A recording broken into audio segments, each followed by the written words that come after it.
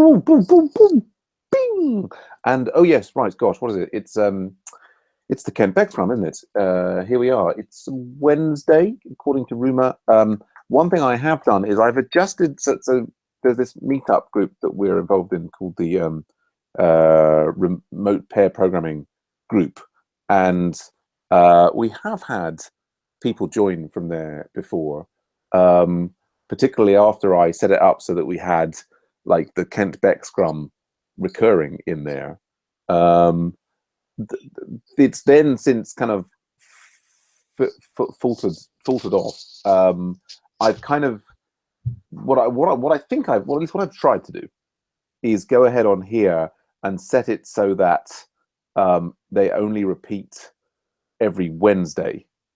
However, this meetup repeats every Wednesday every week on Wednesday, with the idea that if it was seen as a less frequent activity, then somehow that might help get people in. Anyway, as usual with the meetup interface, I'm not sure. Anyway, but at least my idea was that Wednesdays would be the day when we would kind of like encourage people from the remote pair programming group to join us. And I'm just waiting for input from Joao and Pat about whether that's an appropriate thing to do for Dave Thomas. Hello, Michael. How are you doing? Hey, how are you? So when do you run the mobs on Thursdays, or have we decided on that again? Well, the mobs are yes, but they have been on Thursdays in the past, and there is currently an ongoing discussion in the Premium Extra group in the what's it called? The Agile Ventures Premium Slack about whether it should be, when it should be, and you can join that discussion there. I'll continue. Yeah, so that's the remote pair programming thing. I'm planning to email that group to like let them know about the changes. But anyway, and there's still people sort of like finding it and joining it. Other news: we are a charity. We are charity. Yeah, we have. The UK government has sprung into action like a panther, and it took only 9 months for them to say yes, you're a charity. But there was an odd thing of them accidentally closing our case and then needing to be prompted to reopen it. But we do now have a charity number. Not only do we have a charity number, we have a charity registration certificate, which I was about to show you, but I've lost. No, it was gone. Oh, damn it. I will show you. I can. That was kind of confusing. That took no. I found it. It took no short work of dealing through the government website to find that. Look, we have this strange picture with some random people in it that says this is to confirm that Agile Ventures was entered on the register of charities on the 3rd of January 2017. Registered charity number. We have some people, and there we go. That's it. So I have gone ahead and sent this to Heroku and to Slack, and we'll see if we can get any. But what's the word? Discounted services from those people. Yeah, and I think that there's other things, like in principle, there's things in the UK called gift aid. So gift aid is this thing like that when people give money to a charity, like the charity can claim extra money. I think that's actually only from UK taxpayers, but also in principle, who are people who are like our sponsors and so on can also get like they kind of, it's like, anyway, who knows? There's lots of things. What are you talking about? I'm talking about that if you give money to a charity, you can do it before you pay tax on the money. Oh, that's standard. Right. I think though in the US it doesn't count for us. It maybe not count for you if it's a. I think it would have to be a 503c, I guess. Yeah. So I guess the next step is we should open a 503c in the US, and then you guys can get tax relief on those things. Anyway, eventually we'll have properly formatted institutions in every part of the world. But that's so that's that. Other things that I've been doing. What I have done a various number of things. I did update based on Matt's suggestions. The PR for generic plans. And I spent a lot of other things that are going on. So Sage Ross, who was here the other week and did the Wikimedia EDU dashboard thing, he's putting in a grant proposal for some money which could pay us to do some project management for his thing. So I've been trying to work out the plan for that. And I'm also Joao, or JP, as I should call him because I can't pronounce his first name, who's Met Plus person, is done a big review of all the different costing options, and he's sort of with working towards maybe the first non-profit support plan that we've been talking about would be done for the Met Plus customer, and we would maybe do something there. And Dree, they've got some improvement in performance from moving their servers to Ireland, and yes, that all needs to be reviewed. And I'm giving a talk at this DevOps conference in a week and a half, and so I'll need to write that talk. It's called DevOps on a Budget. So that's my other sort of update. Matt, how are things going with you? Oh, good. I think that PR is finally ready, except for one thing. Mm-hmm. Twitter is that there's a API key we need to get. Right. That's one that we've added, isn't it? No, I've got my own key, but I don't. Yeah, I mean it's like part of the pull request, as Michael was clarifying in the Slack chat. It didn't exist until this pull request. Now the pull request, there's this new API key that we need for using that gem, so we need that supported in the different environments. Yes, indeed. Yeah, I don't know if maybe I'll create a Hangout. Well, we can maybe attack some of that together in the end of this one, since it's the three of us. So yeah. And anything else on your mind or plate, Matt? No, then I'll just be eager to get on to something else. Maybe we've got Twitter on the brain. Yeah. No, I think okay. After a while, one needs to sort of stop with one thing and move on to another. It's yes, indeed. Good show, Matt. Michael, how are things going with you? Good. I was just looking at your pull request that you had worked some more on. Mm-hmm. Generic plans, and it was looking pretty good. Cool. And I glanced at Matt's. Mm-hmm. It looked like you had been giving him some feedback. So that's about it. Yeah. All right. Well, let's get to those pull requests. We also conducted a successful asynchronous vote where we had 5 of us all choose 2, and that was pretty exciting. I was excited than anybody else, but yeah, I know that's could be called an async bot whack or something. Anyway, yeah, let's get into the mission of getting pull requests closed. One of which is this one about tweeting the YouTube linky thing, and so yes. So I guess let's first. We clearly need that, whatever it's called, the key in the semaphore in order to do that. So, Matt, does this key actually need to be the, obviously on the production server, it'll need to be the correct key. But for the moment, just in order for the tests are passing though. Yes, it's which. So what? I guess it's because we have. I believe it's. Yeah. We have VCR has captured the recordings, right? Okay. No, they haven't. You don't think so, Matt? Go on, Matt. I'm a little slightly worried about this because we didn't actually set up any tests because of the way the sequencing happens that use VCR against the Google API. Mm-hmm. You know what I mean? I've seen it work, and I was, but I'm wondering if the testing wasn't. Should there have been a unit test where I go against a real video and see that it exists and is longer than 2 seconds or something? Maybe. I mean, I think.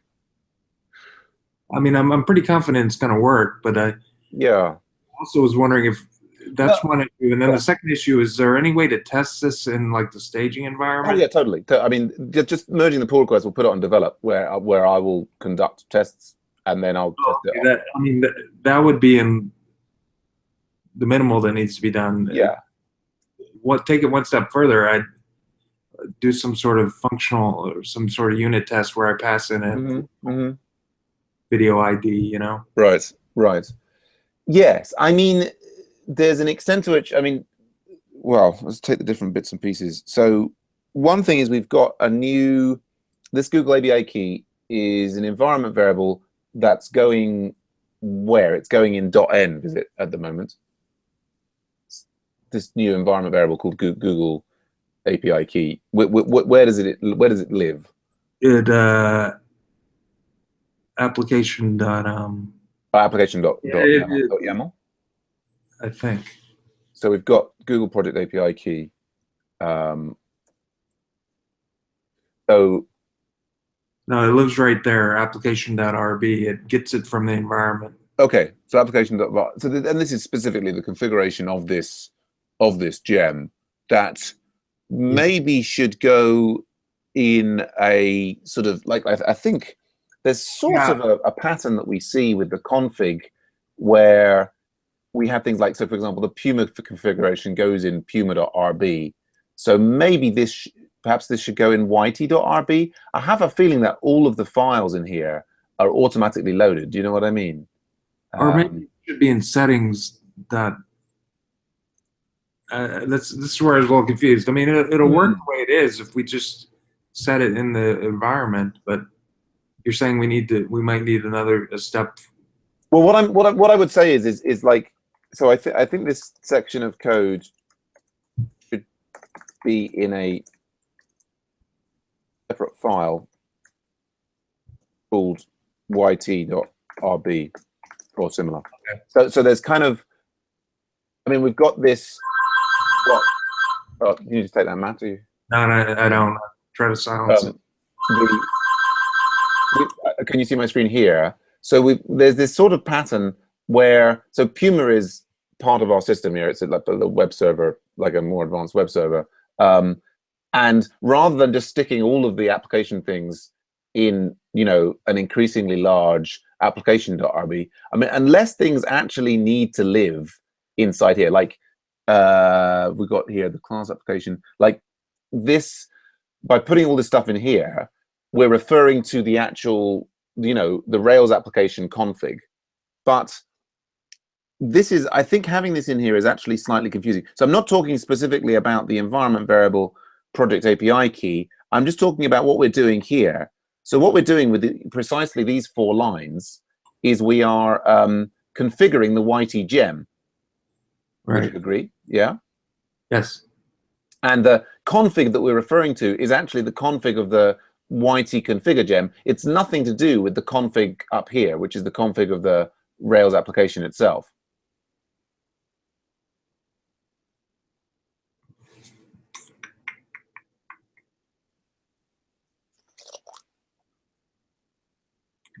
Okay.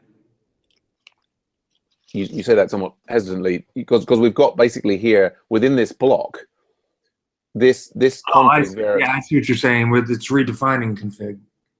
Yeah. So I mean, basically these are different scopes, right? So I mean, we could be referring to this config in here, but we're not required to. And by defining it here, we basically, I mean, I can see by looking at this that this entire chunk of code here is entirely not dependent on the application.rb. I mean, I might be wrong. It might be for some reason this needs to go in here.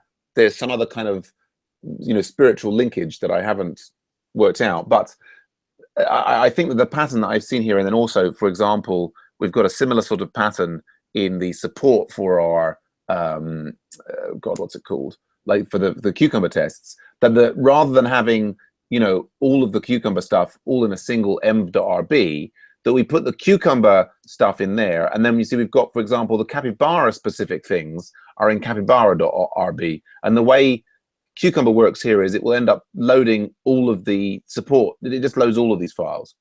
Okay. Right. So that I think they don't even have to be required, and I suspect that that's the same here. So anyway, so that's the one thing, and I've put the comment. Yeah, I understand that. Yeah. So then separately, so then I mean, in the first instance, this is we've got env Google Project API key. which, so I guess you were running locally, but with VCR. And so presumably the first time I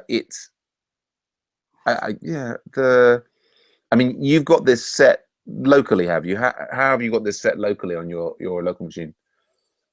Have you got it like just in your bash file, or you've actually got it set in some other place in the project? No, whenever I want to run it locally, I just hard code it right in there. Oh, okay. So to run the tests locally, yeah. Okay. So at the moment, right, the tests are all passing. To the extent that this is even being used, potentially it's being, like hard coded into the VCR. So what you might do locally is you might go to the fixed. So if you went to features, support fixtures, and you could, if you were using RubyMine, I mean, what I would do here if I was on your system is I would do find in path, and I would drop in the actual API key, and I would check whether that API key is appearing in the fixtures. Does that make sense? Yeah, it's not. Okay. You just did that test and you think it's not. I mean, I've done that before. Oh, you've done that before. So it's not there. Okay. No. So that's interesting. But is that because we're stubbing out any calls to the warranty? We're stubbing out all the calls to it, so that's why I'm getting.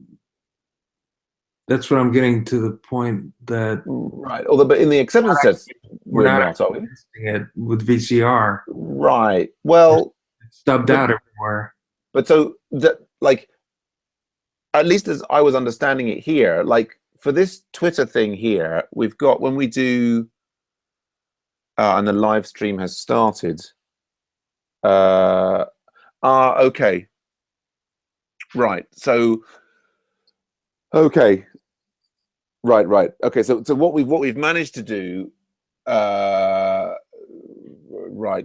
I see. What we've managed to do with these things now is that we are like this by checking webmock here. We're sort of testing all the way down to the lowest level, but with these, the live stream has started. So live stream has not yet started. What does that do? Right. With these, yeah, we're doing sort of similar to. I mean, we're sort of stubbing at the gem level. Yeah. So it's, it'd be possible we might discover when we put this into production that the gem was configured incorrectly and so on, because we're basically forcing it to work correctly. Yeah, that's what I'm getting at, I guess. Yeah.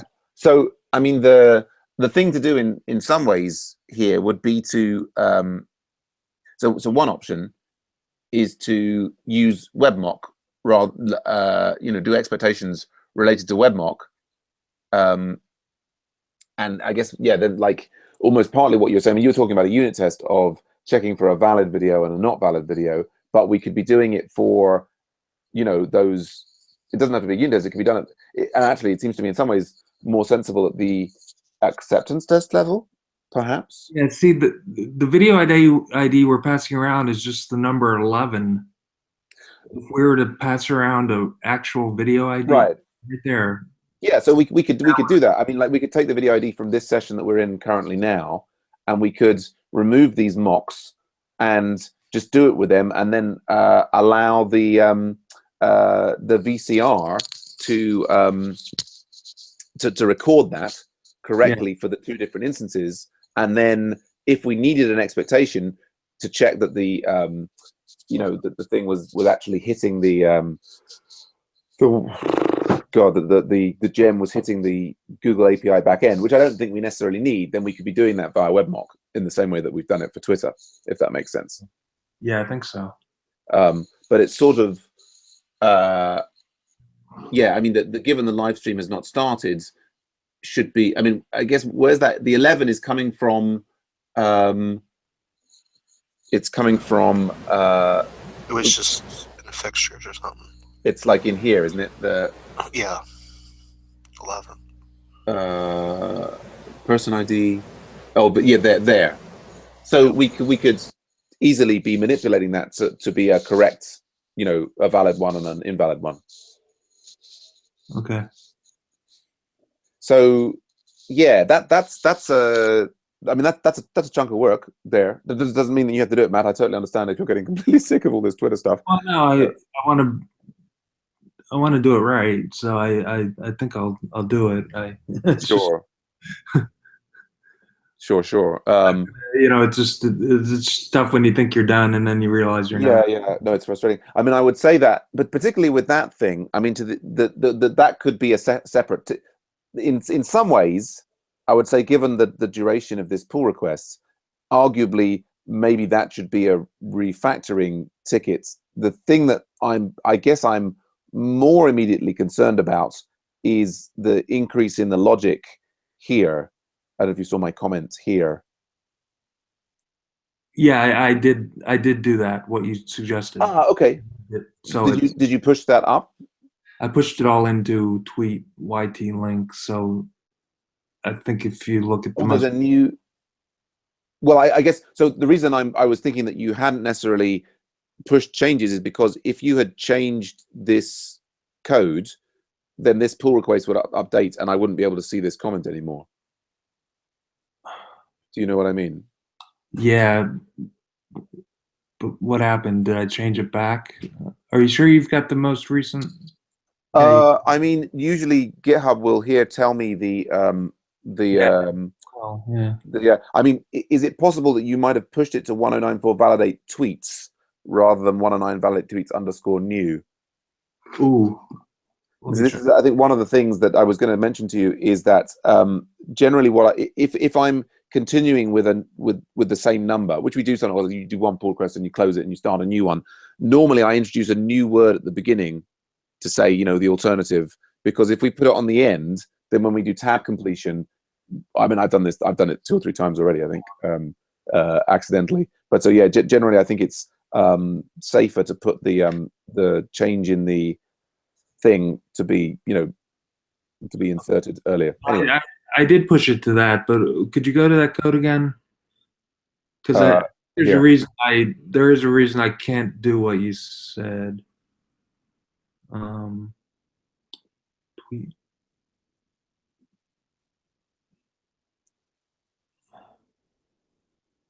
Is the reason because this you want to be checking this Boolean here? Yeah, you have to check that.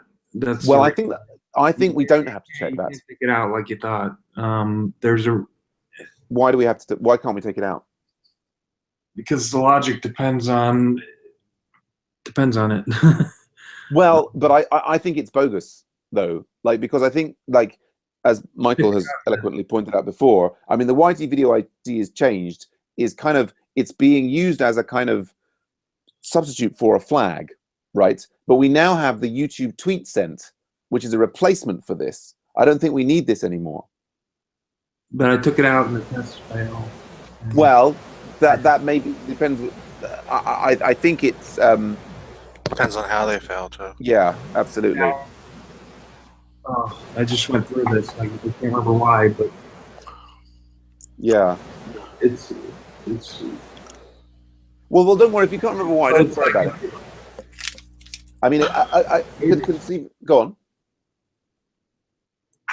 That's the key is I think when the ID changes is that when you want to tweet it. Well, I don't know that it is because why don't you think that's right? Well, it depends on the tweets because the YT video ID changes when the event instance when it's created has a nil YouTube ID, right? Yeah. And then the YouTube ID comes in, right? And from a ping through this event instance controller, right? And at that point, that means that we've now got a YouTube ID, but we don't want to tweet at that point, right? That's what the original functionality does, right? But we don't want that. We don't want to, as soon as we get a YouTube ID, spit it out. We want to wait until it's actually a live, valid one before we send it out, right? Yeah, I see what you're saying, but why didn't he just check for nil? And why does it have to be changed? It's something about the changing of the video ID. Well, I might be completely wrong about this, but I can't. I kind of went through this, and I just couldn't take it out. But Which test failed? I still got them on the screen. I think. Well, I tell you what I'm gonna say is, I mean, again, this element here itself could become a separate refactoring ticket, although I'm kind of loath to merge that because we see, I suspect. I mean, hold on, Michael.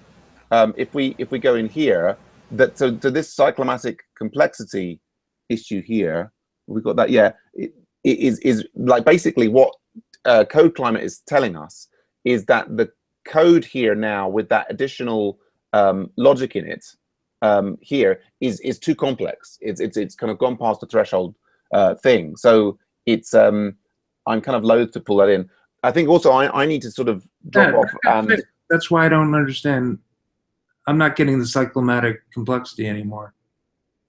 Why do you? You're not getting it anymore? I mean, I'm seeing it here in the pull request. You're not getting it anymore. In what sense? Like when I'm my last. Let me bring it up. My last Code Climate didn't have it, but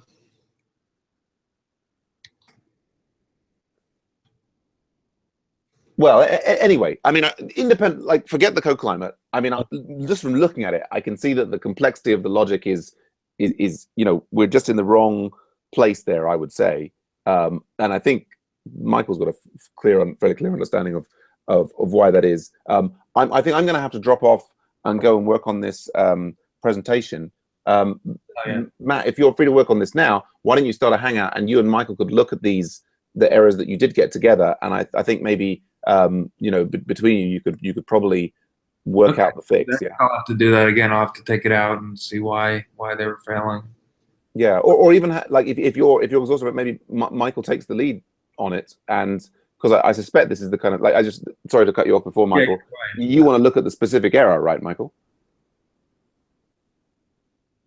Yeah, I would be interested in seeing. Okay. Which error and what test and everything. Okay. Well, I'm going to have to work on this thing. So, do one or other of you want to start a new hangout? Matt, I'll leave that up to you. And you know, I'll be on Slack later on. I've got to take my kids to football again. But yeah, you know, I can provide backup support as and when. Okay. Bye. Okay. All right. Good stuff, guys. See you in a bit. Okay. Oh, can we just stay on this one, or we have to start a new one? Well, I guess I would encourage you to start a new one. Yeah. Yeah, that's fine. I've got like control in the broadcasting. I'll start it, Michael. You can always drive if you want. Okay.